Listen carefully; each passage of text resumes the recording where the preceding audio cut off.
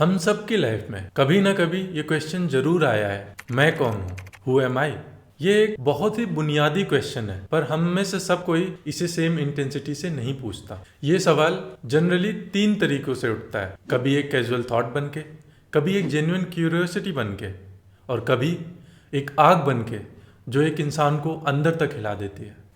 नमस्कारम, मेरा नाम है शिवम सिंह और आज हम ये जानेंगे कि मैं कौन हूँ ये क्वेश्चन नहीं, एक रास्ता है। तो चलो इस आग को दिशा देते हैं। पहली कैटेगरी में वो लोग आते हैं जो इसे फन डिस्कशन समझते हैं। उनके लिए ये एक थॉट एक्सपेरिमेंट है, एक फन की चीज, लाइफ चेंजिंग क्वेश्चन नहीं। दूसरी कैटेगरी में आते हैं क्यूरियस सीकर, जिन्होंने एक बार इस सवाल को सीरियसली ले लिया, अब उनके दिमाग में घूमती हुई फाइल ओपन हो गई है। उन्हें जानना है, अगर मैं ये बॉडी नहीं हूँ, ये माइंड नहीं हूं, तो फिर आखिर मैं हूं क्या। ये जेन्युइनली समझना चाहते हैं। साइंस, स्पिरिचुअलिटी, साइकोलॉजी सबको एक्सप्लोर करेंगे। उनको चाहिए आंसर्स, क्लैरिटी।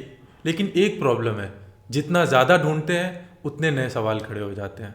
और तीसरी कैटेगरी है बर्निंग सीकर्स की। ये वो लोग हैं जिनके अंदर एक प्यास है, जुनून है, जो जाने बिना नहीं रह सकते। उनके लिए मुझे जानना है, अभी, इसी पल। जब तक उन्हें सच नहीं मिल जाता तब तक उन्हें चैन नहीं मिलता। ये रुकेंगे नहीं जब तक सच्चाई सामने ना आ जाए। अब सवाल ये है कि तुम कहाँ आते हो। अगर तुम पहला टाइप हो तो शायद ये वीडियो देखने के बाद दूसरा टाइप बन जाओ, और अगर तुम दूसरे टाइप के हो तो हो सकता है ये वीडियो तुम्हें तीसरे लेवल तक ले जाए। और अगर तुम ऑलरेडी एक बर्निंग सीकर हो तो याद रखना, तुम्हारी ये आग ही तुम्हारी सबसे बड़ी स्ट्रेंथ है। बचपन से हमें सिखाया गया है हमारा नाम क्या है, हमारी आइडेंटिटी क्या है, हम कहाँ से बिलोंग करते हैं। पर सोचो, एक दिन अगर तुमसे कोई तुम्हारी नेशनलिटी, तुम्हारी आइडेंटिटी छीन ले तो क्या तुम एग्जिस्ट करना बंद कर दोगे? क्या आप जानते हैं, साइंस के अकॉर्डिंग हर 7 से 10 साल में आपकी बॉडी के लगभग सारे सेल्स रिप्लेस हो जाते हैं। आज से 10 साल पहले जो बॉडी आपके पास थी वो अब नहीं है, तो फिर अब आप कौन हो? रमना महर्षि कहते हैं, अगर तुम्हें ये पता चल जाए कि तुम्हारे अंदर का ऑब्जर्वर कौन है तो तुम्हें तुम्हारे सारे क्वेश्चंस के जवाब मिल जाएंगे। दुनिया के अलग अलग स्पिरिचुअल ट्रेडिशंस ने इस सवाल का अलग अलग तरीके से जवाब दिया है। अद्वैत वेदांत कहता है कि तुम कोई एक अलग एंटिटी नहीं हो, तुम सिर्फ एक विटनेस हो, शुद्ध चेतना जो बस सिर्फ देख रही है। बुद्धिज्म के अकॉर्डिंग कोई परमानेंट सेल्फ नहीं है, सिर्फ एक्सपीरियंसेस हैं जो कॉन्स्टेंटली बदल रहे हैं। सूफी मिस्टिसिज्म इसे एक अलग तरीके से समझाती है। सूफी मिस्टिसिज्म कहता है कि मैं तो सिर्फ एक बूंद हूँ, जब मैं समंदर से मिल जाऊंगा तो मैं अलग कहाँ रहता हूँ।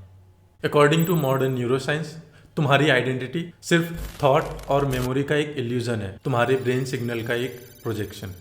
एक सिंपल एक्सपेरिमेंट ट्राई करो। जब भी तुम्हें टाइम मिले, आंखें बंद करो और सोचो कि तुम्हारा नाम, तुम्हारी यादें और तुम्हारी बॉडी का एहसास अगर सब चला जाए तो क्या बचेगा? कोई साइलेंस, कोई ब्लैंकनेस, या फिर एक विटनेसिंग अवेयरनेस जो सब देख रही है लेकिन खुद नहीं बदल रही, जो ना ही बॉडी है और ना ही माइंड, बस एक शांत दृष्टा, एक साक्षी। ये कोई थ्योरी नहीं है, ये एक डायरेक्ट एक्सपीरियंस है जो तुम अभी इसी पल अनुभव कर सकते हो। और अगर तुमने इसे एक बार सही से देख लिया, फिर जिंदगी का चाहे कितना भी केओस हो, इमोशंस आए या जिंदगी उलट पुलट हो जाए, लेकिन तुम एक आज़ाद इंसान की तरह जियोगे। तुम वो दीपक बन जाओगे जो आंधी में भी जलता रहे। बट रिमेंबर, तुम्हारे थर्स्ट की इंटेंसिटी ही तुम्हारी डिस्कवरी की ट्रेजेक्टरी डिसाइड करती है। कैजुअली पूछने वालों के लिए ये एक इंटरेस्टिंग टॉपिक है, पर अगर तुम्हारी क्यूरियोसिटी बढ़ रही है तो तुम अगले लेवल पे जा रहे हो।